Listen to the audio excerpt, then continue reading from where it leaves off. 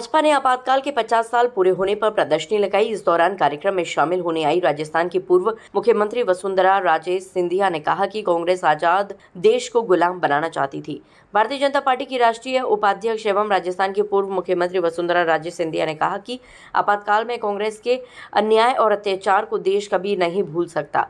कांग्रेस आजाद देश को गुलाम बनाना चाहती थी। आपातकाल के काले अध्याय के 50 साल पूरे होने पर भाजपा ने RBS कॉलेज स्थित राव कृष्णपाल सिंह सभागार में कार्यक्रम आयोजित किया। पूर्व मुख्यमंत्री सिंधिया ने भाजपा की वरिष्ठ नेता दिवंगत विजया राजे सिंधिया को 19 माह तक जेल की कोठरी में रखे जाने का वृतांत सुनाया। उन्होंने कहा कि कांग्रेस चाहती थी कि वह घुटने टेक दें और कांग्रेस में शामिल हो जाएं, लेकिन उन्होंने लोकतंत्र बचाने के लिए समझौता करना स्वीकार नहीं किया।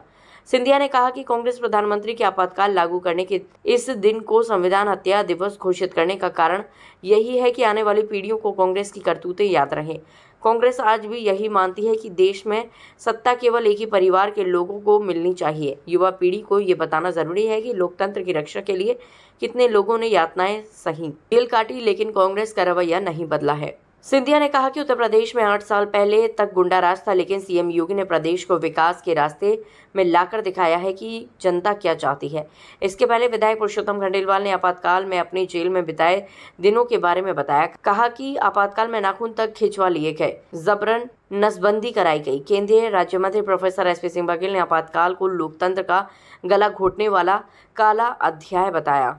उन्होंने कहा कि लालू यादव और मुलायम सिंह यादव भी जेल गए, लेकिन मीसा भारती और टीपू सुल्तान किसके साथ बैठे हैं। इस दौरान क्षेत्रीय अध्यक्ष दुर्ग विजय शाह के जिला अध्यक्ष प्रशांत पूनिया, महानगर अध्यक्ष राजकुमार गुप्ता, विधायक डॉक्टर GS धर्मेश, पक्षालिका सिंह, अंजुला माहौर, जिला पंचायत अध्यक्ष मंजू भदौरिया, हेमंत भोजवानी, सत्यदेव दुबे, मुनेन्द्र जादौन, सुनील करमचंदानी, रोहित कत्याल, सुमित उपाध्याय आदि थे।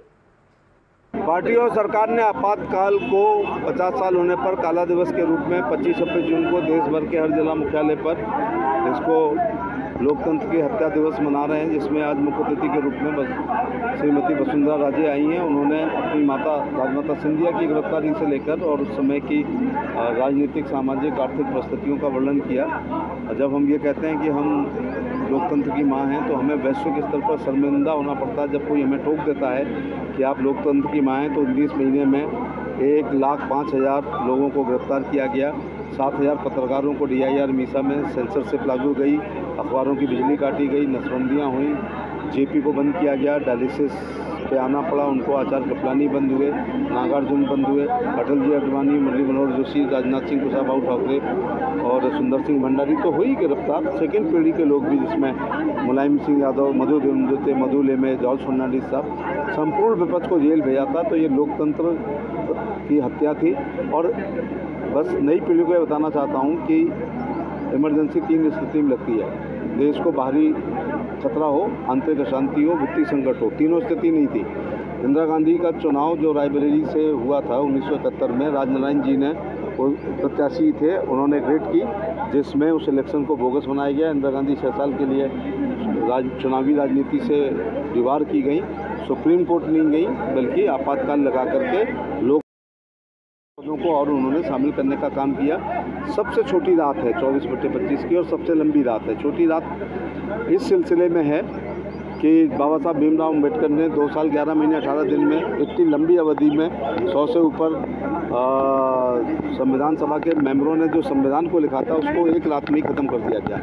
इतनी छोटी रात थी, लंबी इतनी रात थी कि वो लोकतंत्र के सूरज वो 19 महीने बाद उगा था, जब ये काला अध्याय समाप्त हुआ था। राज्यसभा के सांसद रामविलास सुमन कह रहे हैं कि ये वर्तमान में जो स्थिति है वो अघोषित आपातकाल है, उसे आप कैसे देखते हैं?